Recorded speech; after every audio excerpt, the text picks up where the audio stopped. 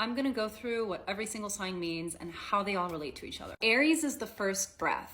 The child leaves the womb for the world. A paradigm shifts, and incredible courage is required for this undertaking. As the child cannot raise itself, Aries cannot steer itself and depends on the rest of the signs to help guide it. Taurus helps to stabilize the fierce energy of Aries, allows Aries to engage in a process of sensory recognition. Taurus rules the senses, our ability to ground ourselves in the body. So we smell, taste, touch, and see everything around us. Taurus is the bridge between the inside and the outside. The raw sensory experiences of Taurus determine the adjustments you have to make to the Gemini environment. If it's too cold, we skin a deer and wear their hide. These responses to stimuli get codified into social norms. The language you speak, the way you keep time, your table manners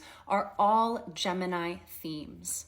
But Gemini isn't just making infinite adjustments to everything around it. Gemini is also discovering its affinities and aversions, its interests through investigating human rules. Gemini's intellectual pursuits will reach a dead end unless Gemini acknowledges the history of Cancer, the context in which we are all held in. The past initiates us into the present. When we hold an old photograph of our grandmother, we reckon with a time we've never experienced, and yet it tingles within us as if we were there, as if we remember.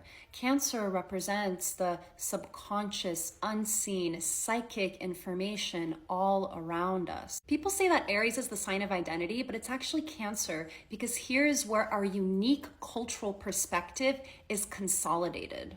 In Cancer, we are having a serious family dinner, and in Leo, we are dancing at the nightclub with our friends. We are letting go of all of that emotional seriousness and engaging in pure passion. The transition from Cancer to Leo is an important one because Leo initiates a new cycle within the 12 astrology signs.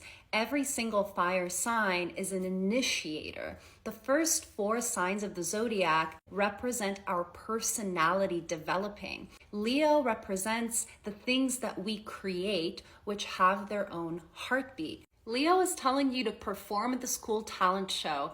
Everybody will applaud, but then your piano teacher is going to come up to you and say, hey, I think you need some practice. And that piano teacher is your Virgo.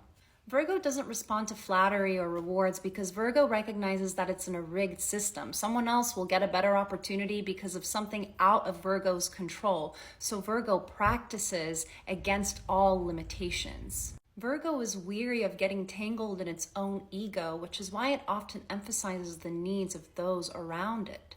Virgo represents meeting and serving other people's needs. Through serving others with knowledge that Virgo cultivates, Virgo also becomes a great mentor and master to others who'd like to follow in its footsteps. In order to be effective, you must step down from your Leo pedestal. After a long day of practice, work, and skill building in Virgo, the sun sets and we return home to our lovers and partners in Libra. The limitation and inequality that we experience in Virgo might make us pessimists, but Libra introduces us to our equals, the people that we can find balance in life with. Despite the steadiness and practicality of Virgo, we must be careful not to get trapped here. Otherwise, we will not be able to benefit from the Libra rewards. Libra represents all of the people that will help us evolve, as these are the people who are able to see what we do not see about ourselves. We need their assistance in order to cultivate greater self-awareness. Scorpio represents the promises that we make to those people to continue evolving.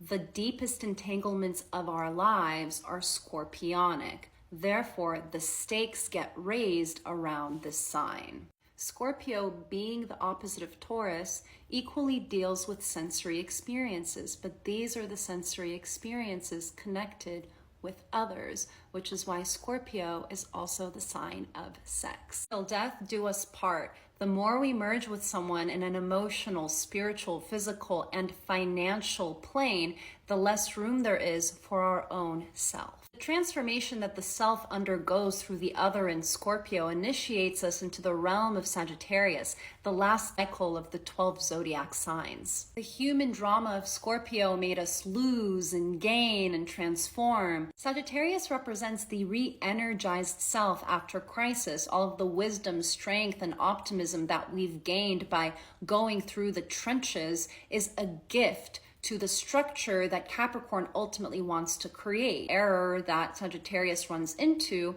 is it takes all of its emotional truths at face value. Therefore, our dear Sagittarius may become a preacher before taking a necessary Capricornian pause. As a mutable sign, Sagittarius is an experiencer, not a builder.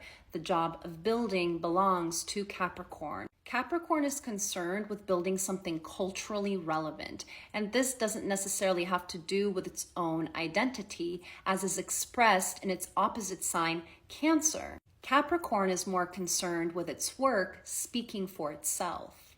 You can think of Capricorn as the king surveying his land, and Aquarius as the dissident who leaves the town, climbs the highest tree, and takes notes on all of the problems in the king's society. After a long day of note-taking and people-watching, Aquarius proclaims his manifesto to the king in the town square. But because Aquarius is a fixed sign, he cannot do things simply on his own. He does not have the strength. So he needs the help of his community, his society, which is why Aquarius represents collective action. The Aquarius approaches an enlightened priest for help, and the priest says, "Come here, my child. I will offer you protection from the king and his army, but my only advice for you is to rest." The priest is a Pisces, which recommends to undo oneself. Pisces is the mouth of God, the storming sea, the depth of the cosmos. It is the darkness to which everything returns, and the darkness which solves all problems. It is a kind of protective, empty darkness, one in which nothing could or should be done. And once we surrender ourselves to it, we will ultimately find what we are looking for with little effort, which is the seed of creation, Aries birth.